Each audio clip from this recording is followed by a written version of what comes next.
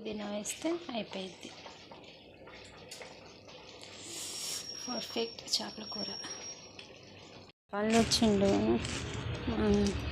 కృష్ణ చేపలు పెద్దవి అన్నమాట. టమాటా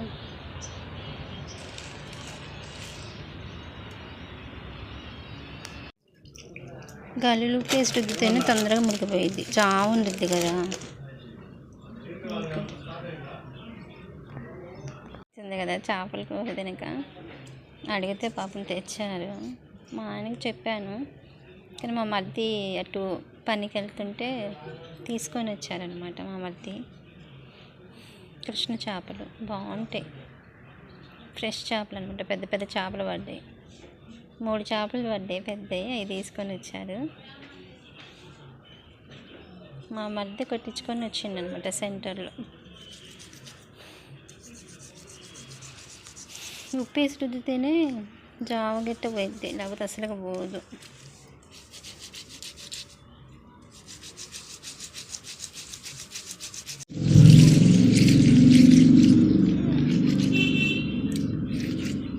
ఫ్రెష్ షాప్లో రుద్దితే భలే ఉంటుంది. స్మెల్ గిట్ట ఉండదు. బాగున్నాయి కృష్ణ చేపలు కదా.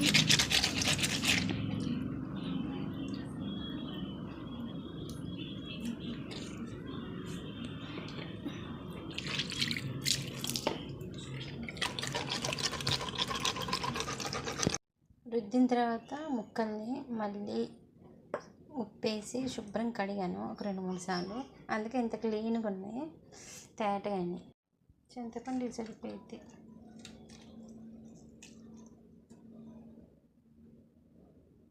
కూరకి సగం ముక్కలు, తలకాయలు, తలకాయలు అన్నీ కూర వండుతాను. ఇవి తలకాయలు, తోకలు, తోళ్ళు కూడా కూరకైతేనే బాగుంటాయి. ఫ్రైకి బాగుంటాయి. ఫ్రైకి కొన్ని ఉంచుతా, బాగుంటాయి కదా. ఎందుకంటే ఈరోజు గురువారం కదా, మా అబ్బాయి నీసు తినడు.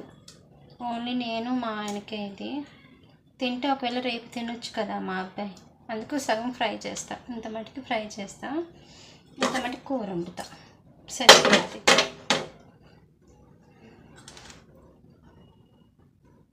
ఒక 2 పచ్చిమిర్చి ముక్కలు ఇందులో వేసుకుంటాను.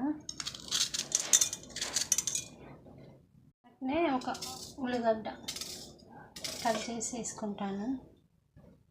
ఇందులోనే పసుపు, కూరలోనే వేసుకుంటా, ఫ్రై దాంట్లో కూడా వేసుకుంటా ఒకేసారి.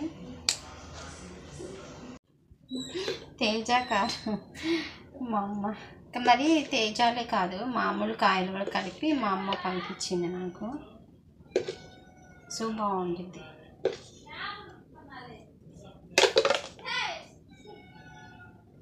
ఇందులోనే అల్లం పేస్ట్ వేసేసి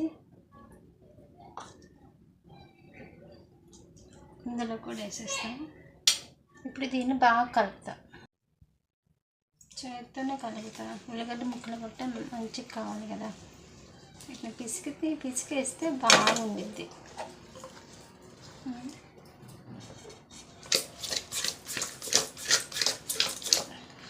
చూడండి బాగుంది.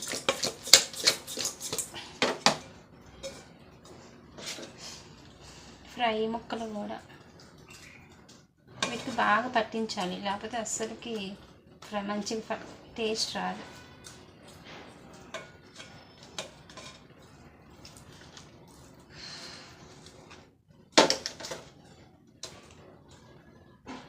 ఫ్రై దాంట్లో ఇప్పుడే కొంచెం ధనియాల పొడి వేసేస్తాను.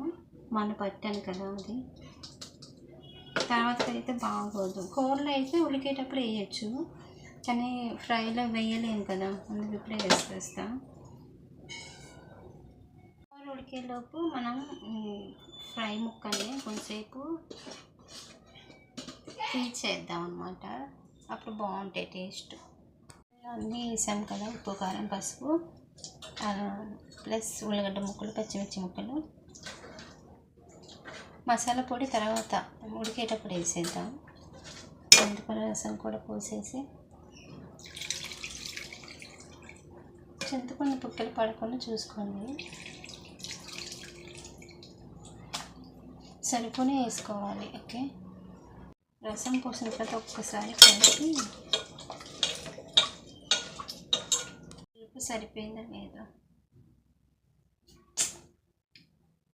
ఓకే, సరిపోయి ఉడికేసరికి సరిపోయింది.